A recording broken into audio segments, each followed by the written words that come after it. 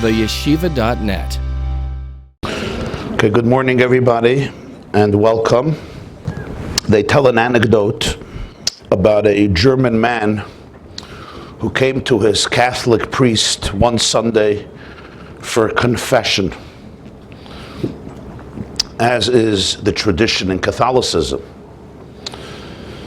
And he says, "Yes, Father, I am here to confess. What have you done, my son?" He says, "During the war, I hid a Jew in my attic. And I'm here to confess."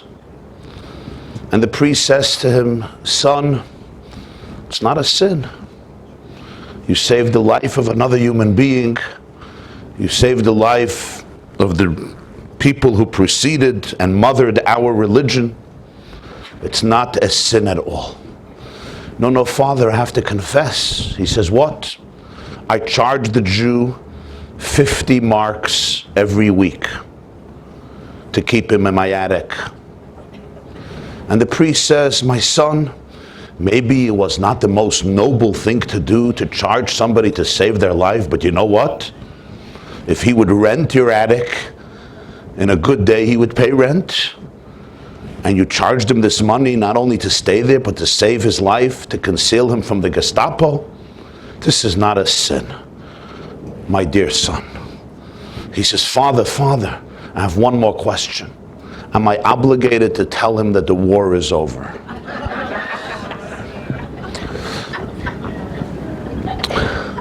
So, confession is sometimes not what it looks like. And today, I want to be ambitious and make a bold suggestion, and that is that we bring confession back to Judaism. Now, confession is usually not associated with Judaism. The word confession, although we have plenty of confession in Judaism. But when most Jews hear the word confession, they associate it with a very different way of thinking and a different religion, with booths and Sundays. We spend our Sundays in Costco not confessing. But there's another dimension to confession that we're often unaware of. The word confession in Hebrew, in the original Jewish way, is vidui. And here we come across an astounding and fascinating anomaly. And it has to do with a mitzvah, a law, in the portion in the Parsha of Ki Savo. And this is the law known in Chazal, our sages call it the law of vidui meiser, the confession regarding meiser, regarding tithing, regarding segregating, giving part of our produce for charity, for tzedakah. That's what meiser means. Meiser literally comes from the word me'eser, or meiser, which means a tenth, a tenth part of our produce, or whatever item we're referring to. And this is the confession about meiser, about tithing. And let me give the background to this mitzvah. The background is the Jewish people living in their own homeland, owning farms, fields, orchards, gardens, were obligated to separate, to give part of the annual produce of the crop, the vegetables, the fruit, and the grain to the poor. There was a system, and the system was a meticulous one, and it worked in 7-year cycles. And it was a fascinating system. Each year there was somewhat of a different obligation. There was year 1 and 2, then year 3, then year 4, 5 was a repetition of 1 and 2, then year 6 was a repetition of year 3, and then year 7 had its own unique status. Year 1 and 2, if I am a farmer, I am an owner of many farms, or it could be a large farm, one farm, many farms, and I grow grain, wheat, barley, spelt, oats, rye. I grow fruits, I grow vegetables, I grow legumes, different types of crop and produce that I'm going to enjoy, and my animals are going to enjoy. Year 1 and 2 in this 7-year cycle, when my produce, I'll start with produce, but it's true also with fruits and vegetables and legumes and of course grain. But let's talk about grain. I have 100 stalks of grain that grew. Usually it was more, but let's just use the word 100, the number 100. 100 stalks of grain. 2% of that, year 1, went to the Kohen. The Kohen, the priests, Kohanim, who worked in the Bais Medrash and were dedicated completely to teaching the people, learning and teaching, and were not in the world of business. They were given 2% of produce. That means I ended up with 98 stalks. This was called Truma. Done. Then 10% of what was left over, I have 98 stalks of wheat. 10% of what's left over, I gave to the Levites, the Leviim, who were also poor. This was known as Meiser Rishon, the first Meiser, the first tithing. 2% to the Kohen, I'm left with 98. 10% to the Levi, to the Levite, this is called Meiser Rishon. So 10% would be, 98 would be 9.8. And now I'm still left with, let's say 89, just to give an even number, let's say 89 stalks of grain. Now another 10%, say of 89, which would be 8.9, another 10% of grain I had to bring to Yerushalayim and eat it and enjoy it there. This was an opportunity for every Jew to spend time in the holy city, in the capital city, to bask in its holiness and its ambiance. It also helped the economy of Yerushalayim. It filled it with people. It filled it with action. Money was invested there. People were there. It was good on a material level, on a spiritual level. And this happened throughout the year. This was the second tithing. This is called Meiser Sheni. So I'm left now with, let's say, around 81 stalks. Again, I'm evening it off. And the rest is completely mine, free to do whatever I wish. Year 2, this was repeated. Year 3, almost everything was the same. 2% to the Kohen Truma, 10% to the Levi, Meiser Rishon. But the next 10% was not mine to go to Jerusalem, Yerushalayim. Rather, it went to poor people. In addition to the various donations that were given to poor people from fields and orchards known as leket, shikha, peya, and other halachas, this was a special 10% tax that you give to the destitute, to people who were needy. So that was, instead of Meiser Sheni, it was substituted with Meiser Oni. The Kohen got his 2%, the Levi got his 10%, the poor person got his or her 10%, and then again, the rest is yours. Year 4 and 5, you repeated the traditions of 1 and 2. Year 6, you repeated what you did in year 3. Year 7 was the sabbatical year, the year of Shemitah, when all fields and orchards and farms were deemed ownerless. Ownerless meant that everybody had equal access to them. Me, the owner, but everybody else, including animals, including Jews, including Gentiles, including domesticated animals, everybody, every creature was free to enter the field. God says once a year we have to let the earth rest. Don't work your field, don't harvest your field. Just like everybody else, you can also go into your field and take food for your family. But I can't use it as a source of revenue, to take my fruits and sell it on the market, to make money off it. Just like everybody else, I could take the fruits and vegetables and produce that me and my wife and my children need, or my animals need. But there's free access, equal access to everybody, and therefore there was no percent that I gave the Kohen, the Levi, the poor person, because it wasn't mine. Everybody had free access to my field and Shemitah. And then year 1, after the 7th year, year 8, the cycle repeated itself. This was a very general outline of how the agricultural cycle worked in the Holy Land in Eretz Yisrael. When the Jews settled it, this was the obligation that was related to the sacred soil, and hence what grows from the soil of Eretz Yisrael.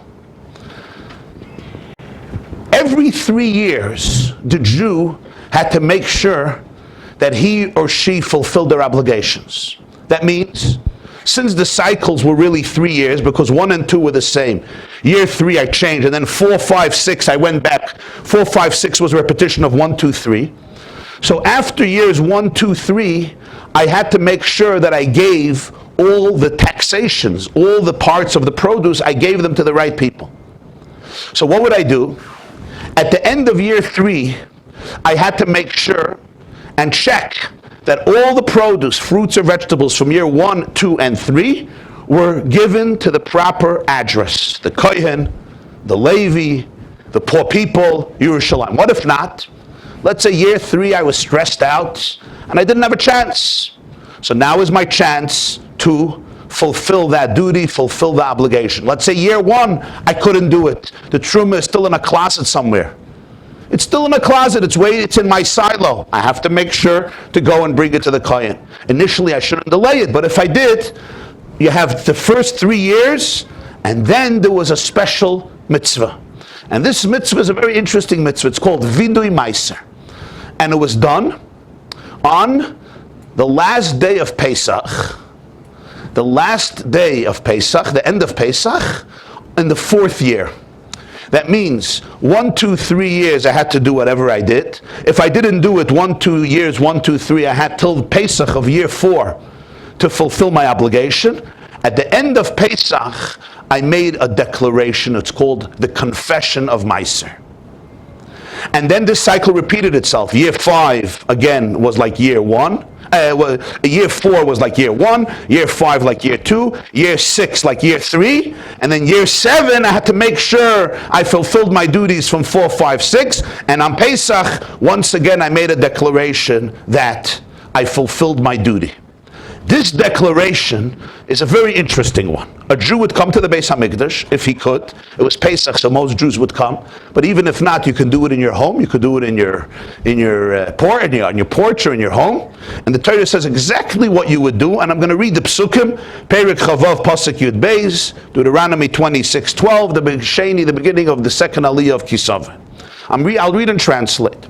Kisechala la'aser es kol maser tfuoscha b'shana hashlishis nas ha'maiser.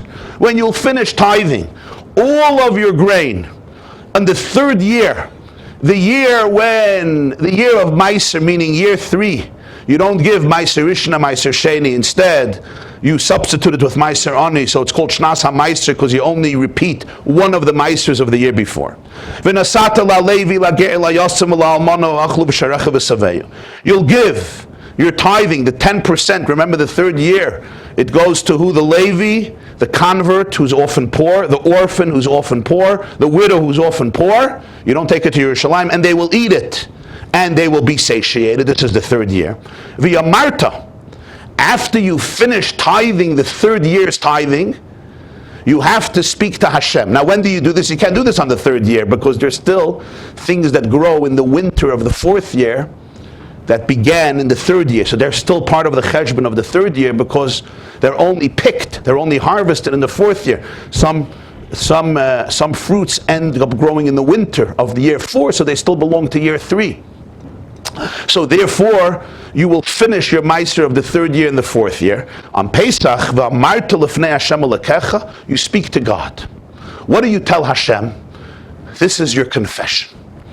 Bi'arti hakodesh min habayis. I removed all of the sacred food from my home.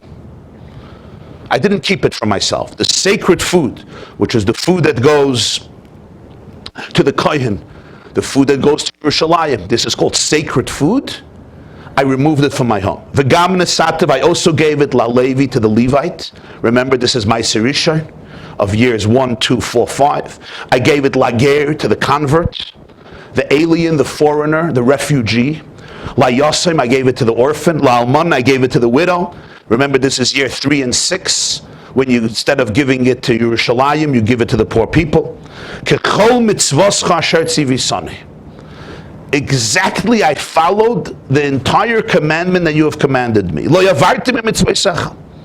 I did not transgress your commandment. V'lo shachachti, and I did not forget anything.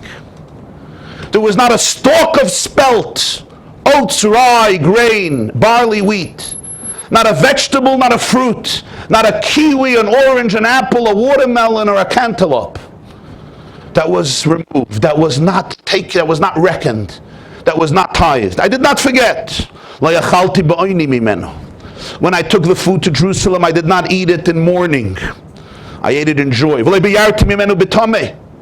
Many of these foods are sacred. I did not remove it from my house when I was impure. I did not use it for dead causes. I listened to the voice of Hashem, my God. I did everything exactly as you instructed me to do. A declaration. Every Jew made this declaration. If you owned any earth, if you owned any fields or farms, you made this declaration after every 3 years of the Jewish cycle. And you made a statement to Hashem, I got it all right. I did it all impeccably. No transgression, not even forgetfulness. And now he concludes, Hashkifa mima'in kotshechem en hashamayim avarich es amcha es Yisrael ves ha'adam asher nasata lanu kasher nishbata lavu seinu eretz zavas chalav udvash. Now you look down from heaven, from your sacred residence in heaven, and bless your nation Israel and the earth that you have given us, as you have sworn to our forefathers, a land flowing with milk and honey. The end of the mitzvah called Vidui Meiser, confession of tithing. Which brings us to that which at the surface would seem extremely strange. And that is, why would the sages call this Vidui Meiser, the confession of tithing? Did you hear any confession in the words of this person? When we usually speak about vidui, confession, what does it sound like? What does our confession look like on Yom Kippur? What does our confession look like every day? Tachnon. You remember? Ashamnu, Bagadnu. Because you know what these words mean? Ashamnu, we have sinned. Bagadnu, we have betrayed. Gazalnu, we have stolen. Dibarnu, doifi, hevinu, irshanu, zadnu, chamasnu. He comes Yom Kippur, the day dedicated to vidui. Al Chetz, the list of Al Chetz shechatana with this, Al Chetz shechatana with this, Al Chetz shechatana with that. Val kulam elei kaslicha islach lanu mechal lanu kaper lanu, on these chatayim, on these sins, on these transgressions, on these errors, on these mistakes, willingly, unwillingly. That's what vidui is. In English as well, we confess, we express, we verbalize mistakes. We verbalize errors, we verbalize sins, transgressions, we express remorse, we apologize, we take accountability, and we make resolve for the future. Astoundingly, the Chazal named this Vidui Meiser. And I ask you a question, Ribono Shel Olam, where's their confession here? The man gets up, and he said, I made no mistakes. I got it all right. Exactly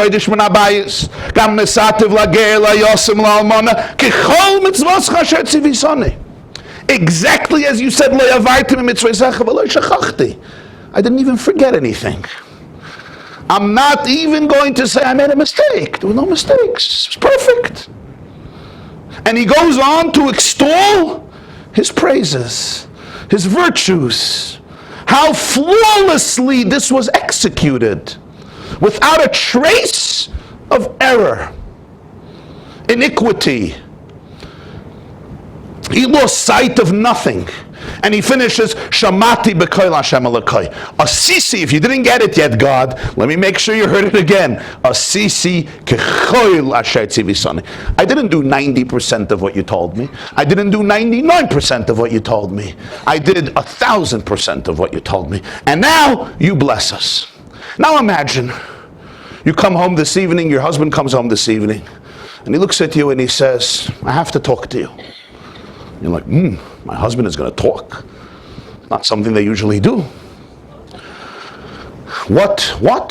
He says, I have to make a confession.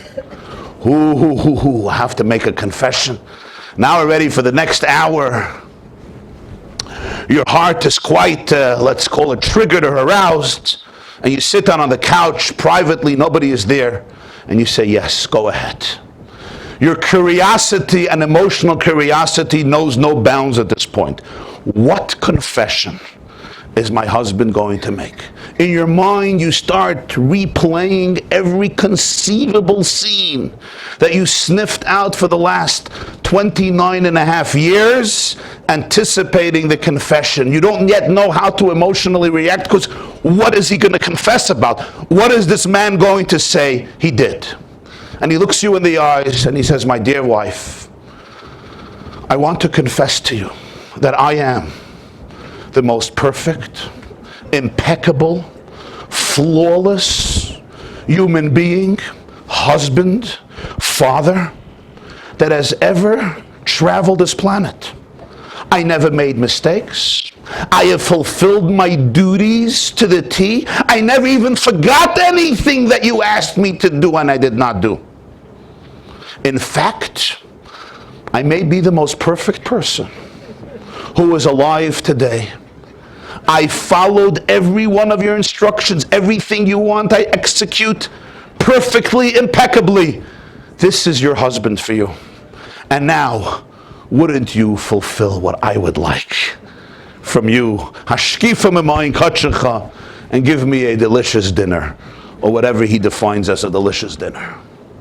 Now, call him normal, call him tight meshuga. I don't judge people. One thing I know, a confession, it's not. How normal he is, how sincere. I'm not going to get involved in local domestic issues. Don't call this a confession. Call this a declaration of greatness. A declaration of perfection. It's not vidui. What did he confess?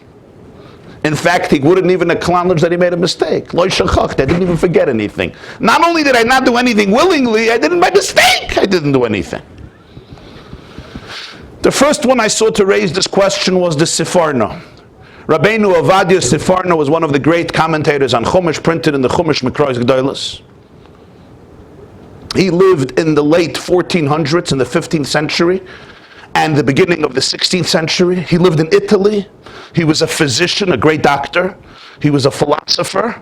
He was a linguist. He was a great sage and Rav and a biblical commentator. He has his famous Pirush on Chumash that is studied till today, the commentary of the Sforno, Rabbeinu Ovadia Sforno. And he is the first one I saw who discusses this question. The answer he gives is, I'll read it to you. It's a short comment in the Sforno. On the pasuk Yud Gimel Bi'arti HaKodesh Min HaBayis, B'chataenu ba'avonos avoseinu husra ha'avoida me'habchoros asher lahem hoyu ru'uyas trumas u'maiseres v'zehu vidui maiser she'izkiru rabbeinu zechronam levracha. He says essentially the work in the Beis HaMikdash by the Kohanim and the Leviim was supposed to be performed by whom? By the B'chorim, by the firstborn in every family. In other words, there was not supposed to be a family from the tribe of Levi that produced the Kohanim and the Leviim who would represent the Jewish people in the Beis HaMikdash. Every family had its own Kohen and Levi. Every family, or almost every family, had its, or many families had their B'chorim, their firstborns who would do the Avodah in the Beis HaMikdash, and therefore they would receive the Truma and the Meiser. That's the vidui. He says the vidui is that because of the sin of the golden calf, when it was taken away from the B'chorim and given to the Kohanim and the Leviim, because the entire tribe of Levi remained loyal and did not engage in the creation of the golden calf, as we learned in Parshas Ki Savo.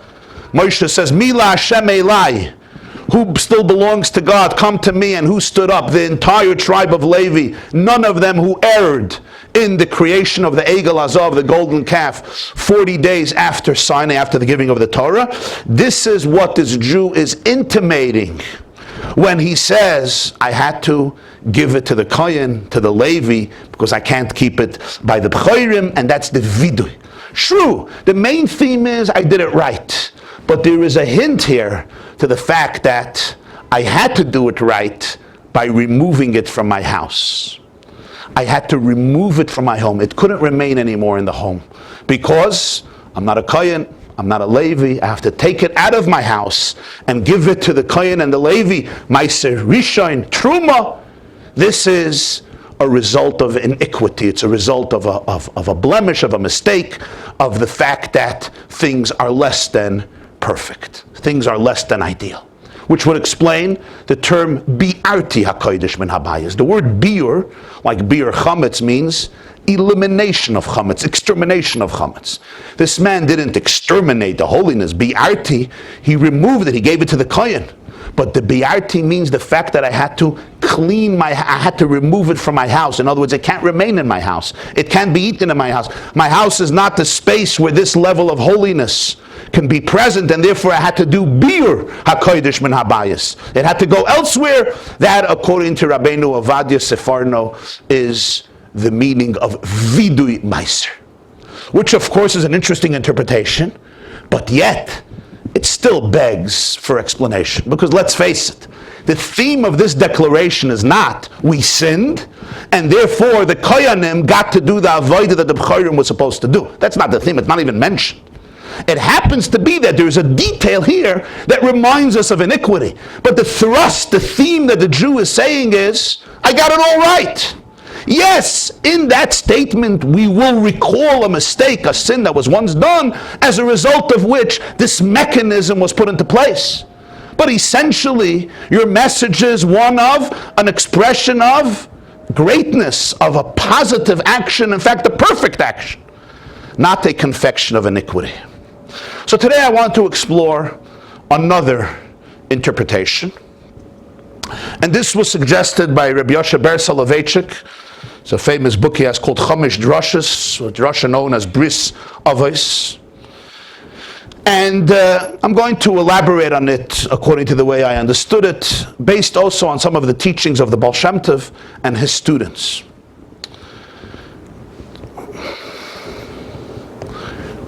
We have here a fascinating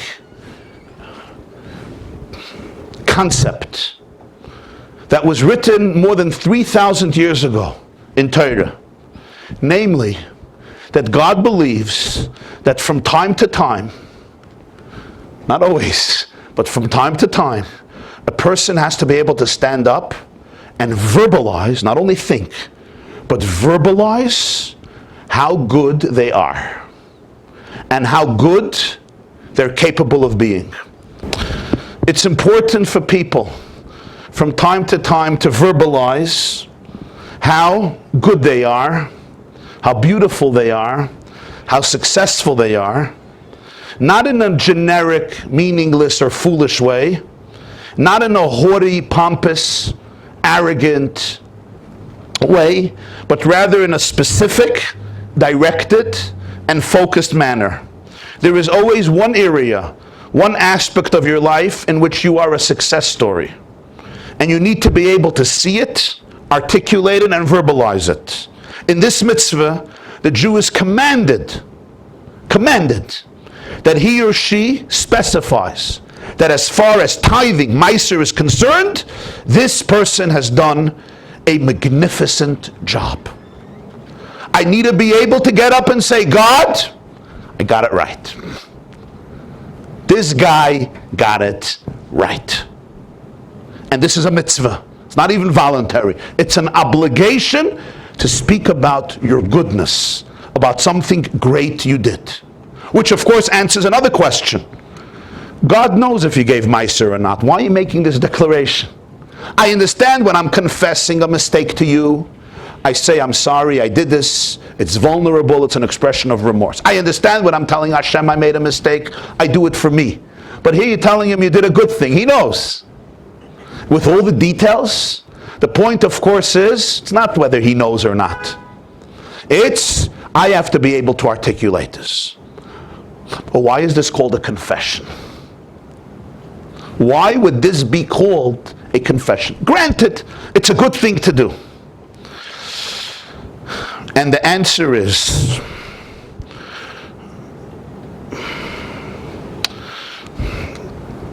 maybe one of the very powerful fundamental truths in Judaism, and generally in growth of every human being. And that is, only when I am capable of articulating to myself and to my God my greatness, my majesty, my beauty, my goodness, my dignity, my success, my purity, my achievements, my accomplishments, internally and externally, am I also capable of regretting mistakes, of repairing errors, of mending behaviors, and of experiencing remorse and fixing sins, transgressions, and mistakes. And I want to explain to you why that is. Say, I come to an event and I eat and have a very nice clean shirt like I'm wearing today, and there is chocolate mousse cake with a, what do they give at these chasanas? What is it called? Those fountains? What are they called? They have a name? Chocolate fountains. You know those fountains? Okay. And I'm having a weeknight. Week as in week, not as in week. And I gravitate. My genetic chemistry, it's not me, it's my genetic chemistry, gravitates to the fountainhead that flows not with milk and honey like Eretz Yisrael, but it flows with chocolate. And in my great passion and eagerness to fill my system with some of this delicious chocolate that will numb a little more of my pain, by mistake, somebody gives me a push, wants to say Shalom Aleichem, and he gives me a push, and the whole plate or cup of chocolate goes right on my wonderful, beautiful tie-on shirt, and I'm covered with chocolate from head to toe. You probably know the feeling, and it's not water, it's chocolate. And then as I'm walking away to go to try clean myself, somebody else trips over me, and all of his fruits or her fruits and colorful fruits also falls on my shirt. At this point, it's really hopeless to start focusing on cleaning my shirt. This is a lost case. This is where surrender comes into the picture. Now, if somebody needs to pour something out, let's say cholent, leftover cholent, I'll say, do it on my shirt. I mean, this shirt has been officially metamorphosized into what we call a shmata. I don't have to protect the dignity of a shmata. A shmata is made to serve as a shmata. But this is not so funny when it comes to people's internal lives. If I see myself essentially as a loser, if I see myself as filthy, as dirty, as unworthy, as lowly, as somebody despised by God and by humanity, as somebody undeserving, I can't really regret my mistakes. You know why? Because essentially, this is part of who I am. It's almost like this is what I'm made up of. My shirt is dirty. A little more dirt. Nobody will notice it. Only when I'm wearing a shirt that is dazzlingly beautiful, clean, organized, put together. Now when there's a stain, I look at it and I say, this stain doesn't belong here. Only when I see myself as a good person, as a pure person, I say, I am above this stain. I am not the stain. This doesn't belong in my life. I am better than this. I am bigger than this. I am larger than this. I am not petty. I am not small. But if I see myself as petty, as small, as primitive, as dirty, as undeserving, okay, a little more dirt. I don't even notice it. To be able to do vidui, proper confession of mistakes in my life, of transgressions in my life, of wrong turns in my life, I have to, and really experience remorse, I have to feel that my true I is more than these mistakes, is far deeper, far holier, far sacred, more sacred, and therefore I notice them, therefore I'm bothered by them, I'm perturbed by them. This really does not belong to me. It's not me, it's not I, it's not my real I. I go and I clean it. There's something more. If I cannot acknowledge my greatness, I can't even accept accountability, because I see it almost as inevitable. Of course, I'm a nobody. These things happen. To be able to experience remorse, I have to be able to acknowledge my power and hence my accountability. I was capable of doing it differently because I am the master of my life. I am not a victim. But if I cannot acknowledge my greatness, I can't experience real remorse because this was inevitable. It's not my fault. It's this one's fault. It's that one's fault. It's how I grew up. It's because of what happened here, what happened there. I am just playing out other people's dreams. I'm playing out other people's lives. I'm just part of somebody else's script. I can't really take responsibility for my life. I don't own my life. I am not a king. I am not a queen. To be able to take ownership of my life, I have to say I'm independent. I'm autonomous. I'm a master. I have infinite power. I could have done it differently. I'm in control. What is even more, part of real confession means I resolve that in the future I'm going to change it. How can I accept on myself to change it in the future if I don't feel the tremendous, great, positive power that represents my true identity, my true personality, and my true soul? Somebody who cannot appreciate how great they are can never really confess for any mistake. Imagine, I'm going to go back to a couple. You point out to your husband that he once again made a mistake. Does that ever happen? Okay, maybe once in 40 years, but remember that one time your husband unfortunately made a mistake. And you pointed it out to him as a good Jewish wife. And this is the response. Of course. Today I made a mistake. I always make mistakes.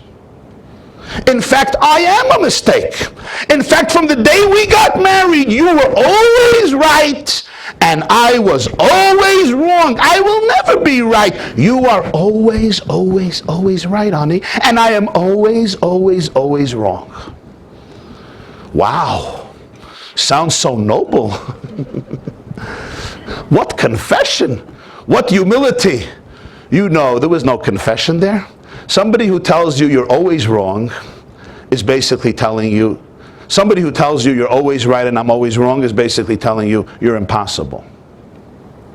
I will never please you.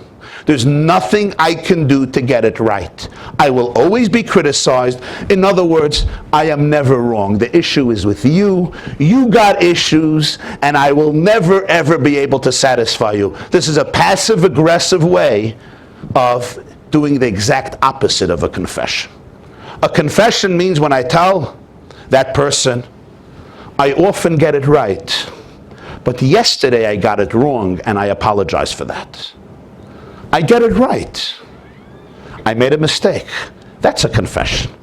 If I'm always wrong, what I'm saying is, I'm never wrong. You're impossible. It sounds like a confession. You know it's not.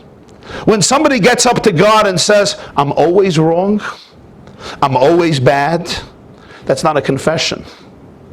That's a form of either passive, aggressive apathy, anger, or frustration, or complete self-denigration where I paralyze myself and I don't believe in any goodness of me. There's absolutely no confession. What do we say in Shir Hashirim? Shchoirani v'nava b'nois Yerushalayim. I am dark, speaking about spiritual darkness, v'nava, and I'm beautiful. King Solomon was the one who coined the phrase, black is beautiful. Shchoirani v'nava. I am dark, and I am beautiful. But what does this mean? This is the expression. This is what vidui means. Real confession, I have to come to Hashem, or come to another person, or come to myself and say, Shchoirani, I have darkened my soul. I have darkened my moral sense. I have done something to compromise the morality, the dignity, the sacredness, the majesty of my life, in thoughts, in words, or in actions. I did something wrong. I said something wrong. I apologize. But right after Shchoirani, there's one more word, V'nava, and I'm beautiful. If I don't feel the Nava, I could never feel the Shchoirani. Again, Because if I am a stain, I don't notice stains. If I am a piece of beauty, I notice stains and I'm bothered by them and I want to remove them. They don't fit in well with my system. I say, das ist nicht mehr. I am a chelek Eloika mimal mamish. I'm a piece of divinity. I'm a fragment of heaven. I'm a part of holiness. I'm a ray of infinity. I'm an expression of eternity. I am part of the divine light. This doesn't belong to me. This is not me. I don't have to reduce my existence to this type of petty, small, insecure, immoral behavior. I am greater than this. Not pompously, truthfully, genuinely. I can also take accountability. I could say, yes, I could have done it differently. That's why I'm remorseful. That's why I'm apologizing. It was not inevitable. I am not a victim anymore. Maybe I have suffered in my life. Maybe I have endured pain in my life. Maybe when I was a child I couldn't discriminate what is me, what is not me. True. But today, I am in a very different place. I can choose. There is an I who contains everything in my life that I can choose. Number 3, I can choose not about the past, but I can also choose for the future. That's why before we go into Rosh Hashanah, Teshuvah, Yom Kippur, where there is a major focus on vidui, on confession, Ashabnu, Bagadnu, Gazalnu, Dibarnu Doifi, Al Chet Shechatanu with this, Al Chet Shechatanu with this, Al Chet Shechatanu with that. And Yom Kippur we will do it how many times? Around 9 times. It's a lot. You do it by Mincha, Erev Yom Kippur. And then some people have a minhag to do it themselves before Kol Nidre. You do it by Ma'ariv, and then by Shachris, and then by Musaf, and then by Mincha. And then when the Chazan repeats the Shemoneh Esrei, it's done a second time. And a whole time we focus on how many wrong things we did. The sins that I have committed. The mistakes I have made, the transgressions I performed, I apologize, I regret them, and I resolve for the future that I will not do them. Before we get into that period of the year, we read Parshas Ki Savo. And in Parshas Ki Savo we learn about a different confession. And in this confession I get up to God and I say, here I am. I did it all right. B'yarti HaKodesh. Kechol mitzvascha asher tzivisani lo yavarti mitzvasecha v'lo shachachti shamati b'koil Hashem elokoi asisi kechol asher tzivisani. I did it impeccably, because you cannot go to the confession of Yom Kippur and Aseret Teshuvah and the whole end of Elul and beginning of Tishrei if you first do not have the vidui of Parshas Ki Savo. The confession where I get up to Hashem and I verbalize and I articulate how good I am, how good I'm capable of being, how perfectly I performed this particular mitzvah. This confession is the prerequisite, it's the foundation, it's the underlying paradigm, catalyst and springboard behind the next confession. If there's no Nava, there's no Shchairani. In fact, we do this in the beginning of every confession. It's a fascinating expression. Elokeinu v'elokei aviseinu, tovei lefonecha tfilaseinu v'al tisala mitchonaseinu.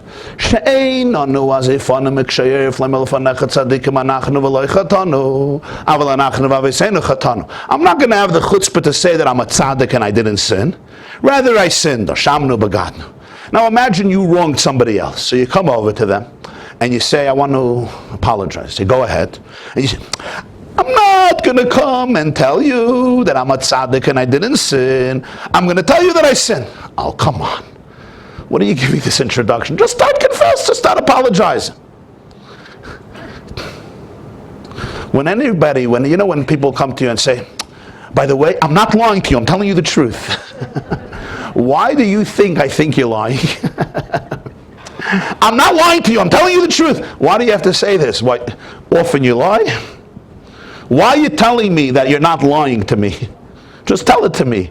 You think I think you're lying? Do you think you're lying? Do you think I think that you think that I think you're lying? What is this about? Truthful people don't give this introduction before conversations. I don't lie. This is what I'm telling you. You don't believe me. You don't believe me. I'm telling you the truth. I'm telling you the truth. This means this person is operating in that paradigm. Is it a lie? Is it not a lie? Is it a lie? You come to Hashem and you say, I sinned. I made a mistake. Hashamnu. I'm not going to tell you that I'm a tzaddik and I didn't sin. It's almost like I could tell you. I lent you $20,000 for an investment. You come to me and you say, I say, could I have back the money? You say, no, I don't have it. A year later, you want to apologize. You come in, I'm not going to tell you that I'm a tzaddik. Really? You're not going to tell me you're a tzaddik? What a tzaddik you are. Then you're not going to tell me you're a tzaddik. But the truth is that that's a prerequisite for confession.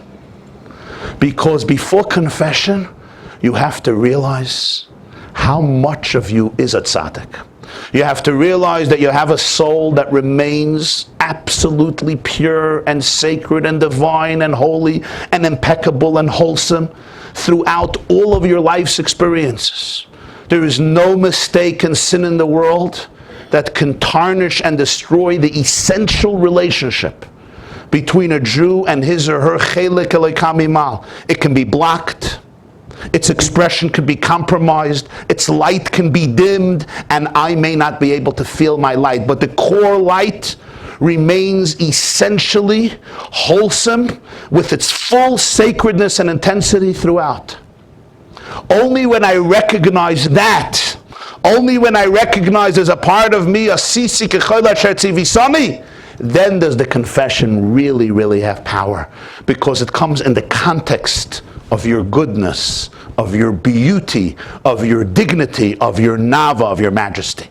If it comes in the context of how bad you are, it looks like it's confession. It's not confession.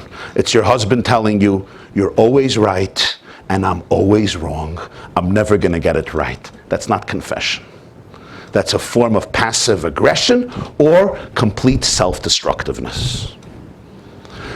So I'm not going to tell you tzaddikim anachnu v'lo chatanu, because really there's a part of me that is a tzaddik.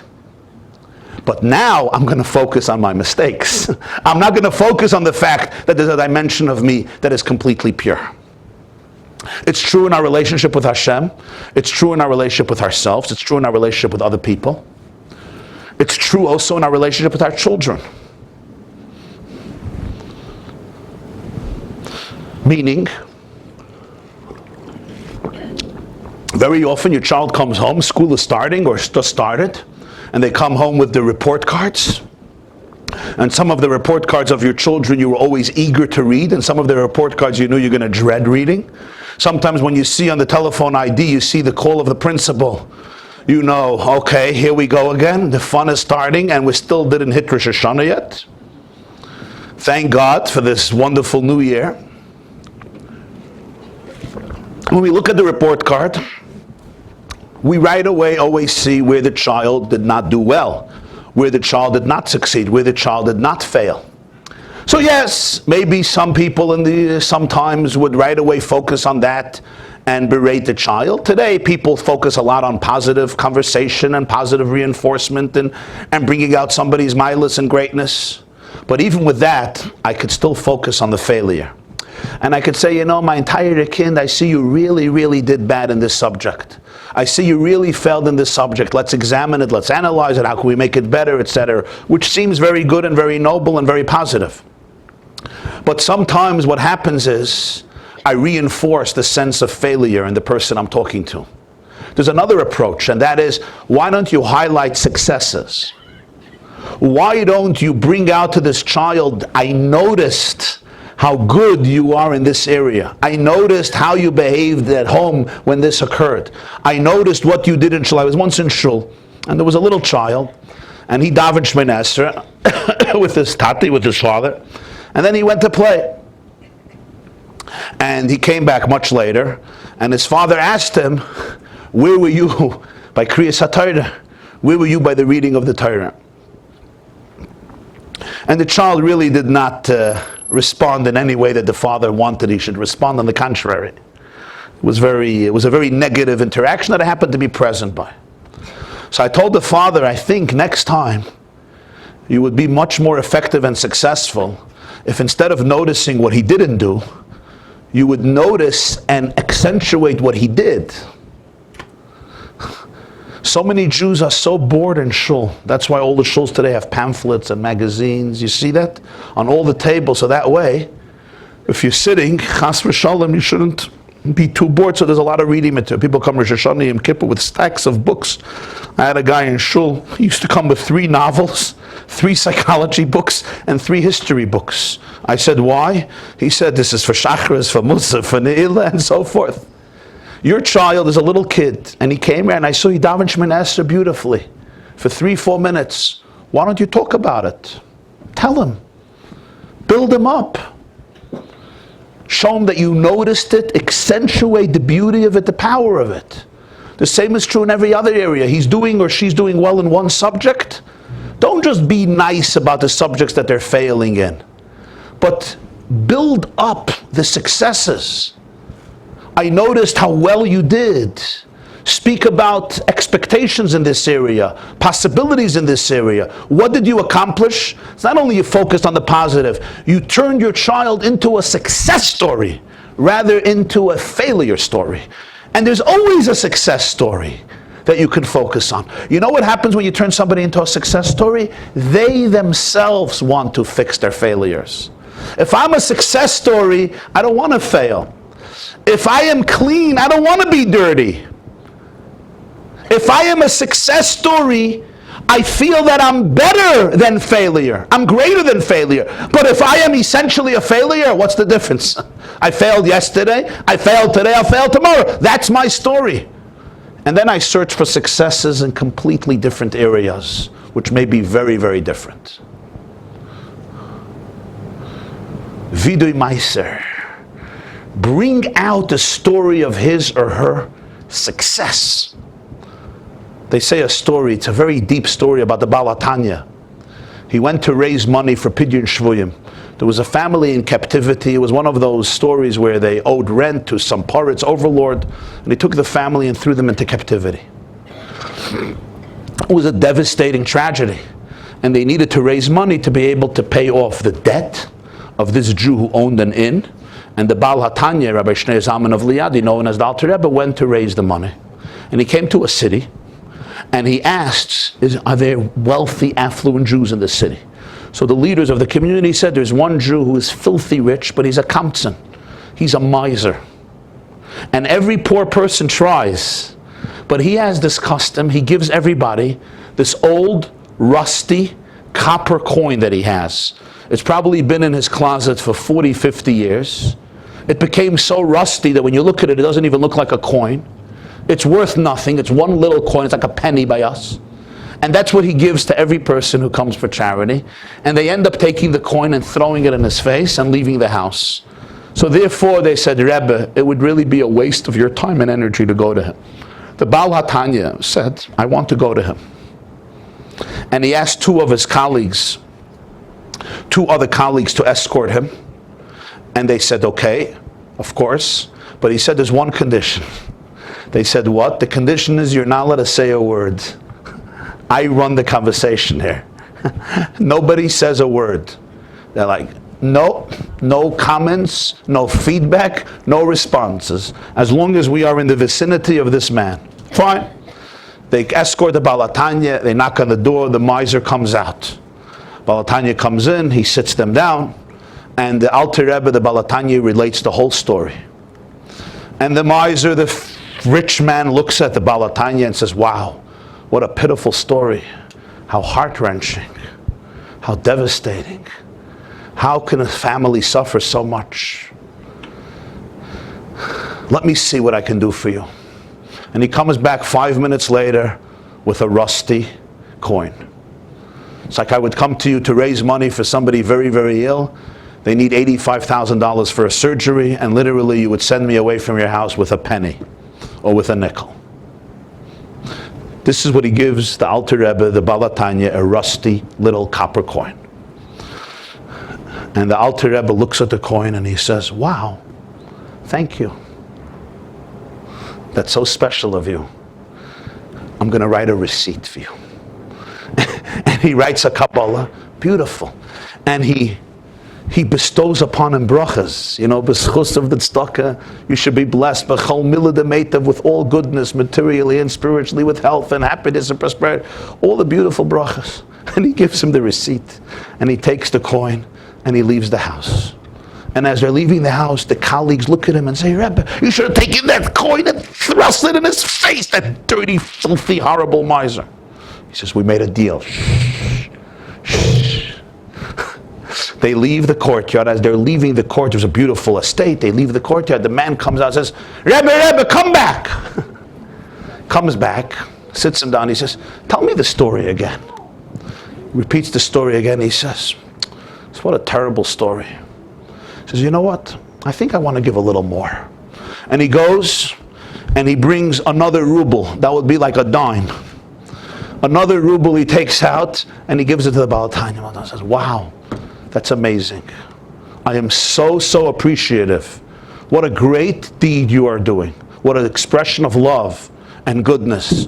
And he sits down with patience to write another receipt, another Kabbalah, and he showers him even with more blessings.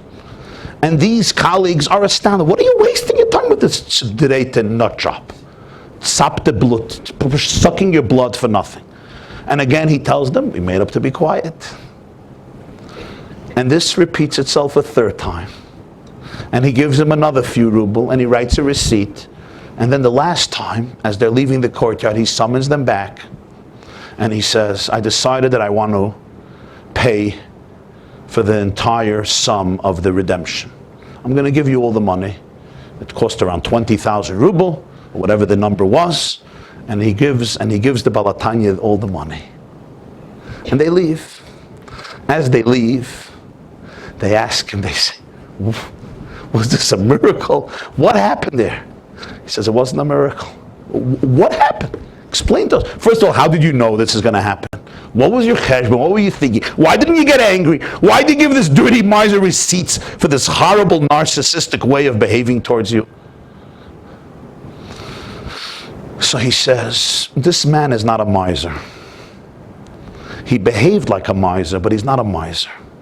He's not a miser. I want to tell you two things about him. Number one, I understood there's a reason he's doing this. There's a reason he's doing this. I want to explain to you what happened.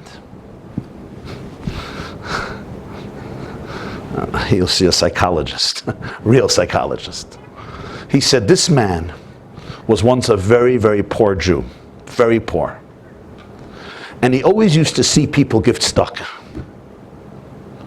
And he was envious. He can't give, he can only take. And one day he decided he's going to give tzedakah. But all he had was an old rusty coin. You know what he did? A poor man was collecting, and he took out the rusty coin and he gave it to him. And you know what the poor man did? Threw it in his face. Says, you filthy miser, you don't give this to me. And this crushed him at the core of his soul. It made him feel like an essential shmata, unworthy. At that moment he made a vow. And his vow was, I'm going to build myself up.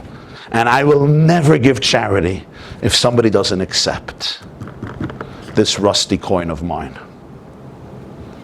Nobody ever did. Everybody threw it in his face. I knew I have to accept the rusty coin. There was something else. Because of this, he never knew the value, the geschmack in giving.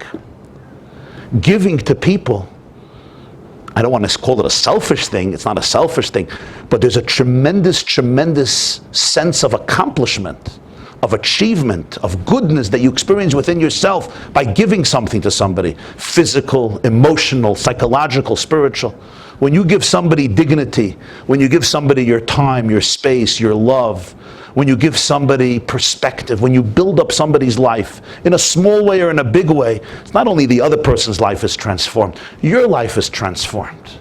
You're operating in a divine space. You become a creator. You're a giver just like Hashem. You're not just a taker. I'm not a parasite. I become like the Boirei. I emulate my creator. My creator creates life and I create life. We become divine when we give. He never had that feeling. The first time he gave, it was thrown right back in his face. For the first time in his life, he experienced the feeling of giving and it being received and making a difference. And the appetite grew. And when the appetite grew, he called me back. I didn't have to go back. I want to do more and more. And then he did the whole thing. He looks like a miser. He's not a miser.